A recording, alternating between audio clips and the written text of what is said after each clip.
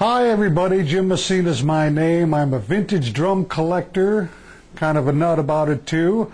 I've got a couple of more drums to show you. If you're a vintage enthusiast, you'll really get a kick out of these two. They're pretty old.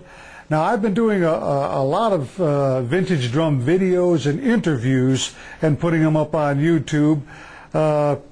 Some of the interviews that I've done are Bunny Carlos. He's a drummer of Cheap Trick, but he's also a very famous drum collector, vintage drum collector.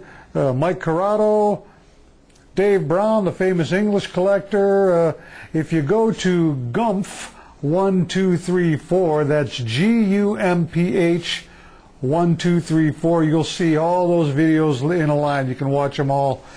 A lot of good interviews and stuff from my collection. And here's a couple more from my collection right here.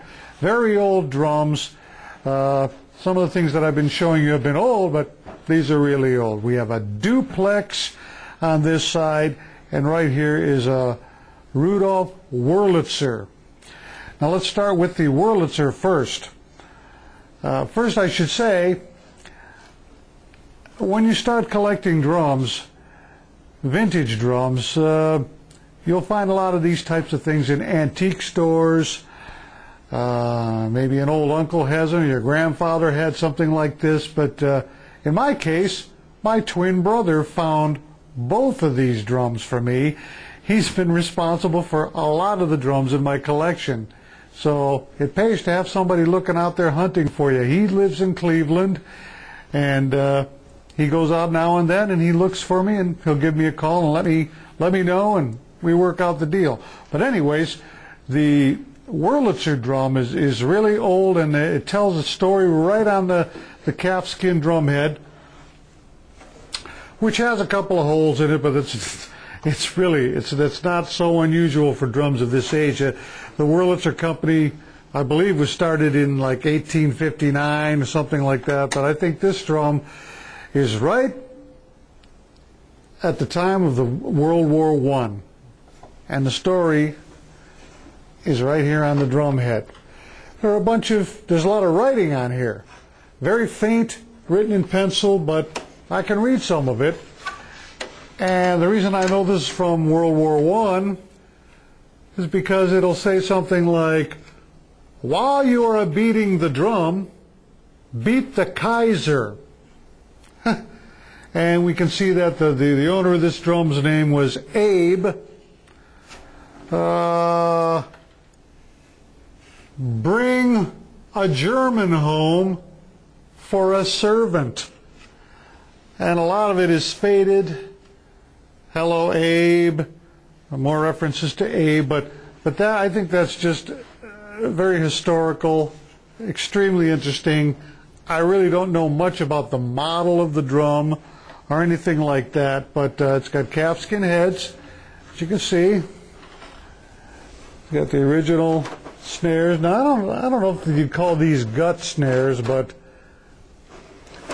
it's got the original leather butt piece.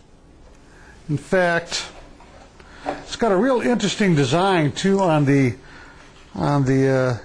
hoops. I'm going to bring this up to the camera so you can get a closer look at it. Excuse me. Now look at this. There's the badge, the Rudolph Wurlitzer badge from Cincinnati, Ohio. But look at this this interesting design. It's sort of like I don't know if it's a decal or what, but I think that's just really interesting. And there you can see some of the writing, okay? Very hard to see, but I could make out some of it. Hoops are chewed up, but that's to be expected. And there's your snares.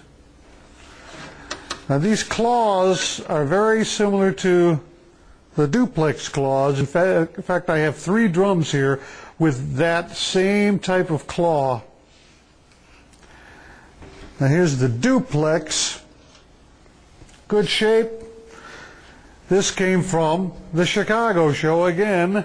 My brother Johnny was at the show. He went to the very first show for me. You know, when I started getting into this, I got all excited and said, oh, there's a big show in Chicago. And he went for me, and actually we got a couple of drums, and this is one of them. Early Duplex. But if you'll notice, similar claws. See that? Similar. There's the strainer. But these are all like turn of the century, early 1900s. Calfskin heads. These are drums you don't really play. You just kind of put them in your collection and display them. And a lot of you are going to run across stuff like this, and some people think, oh, that stuff's not all that collectible, but I do. I think it's very collectible. Another thing I forgot to show you is this was for a leg rest. So this drum was definitely used to march with. This is what they would hook. Excuse me, you would hook this onto your strap, I guess, or your belt. Very common in like German marching drums. But I never did show you the ornate strainer mechanism on this Wurlitzer drum. Check this out. Isn't that cool? And I don't know what kind of wood this is either. I have not taken the drum apart to look inside or anything like that. It's really fragile.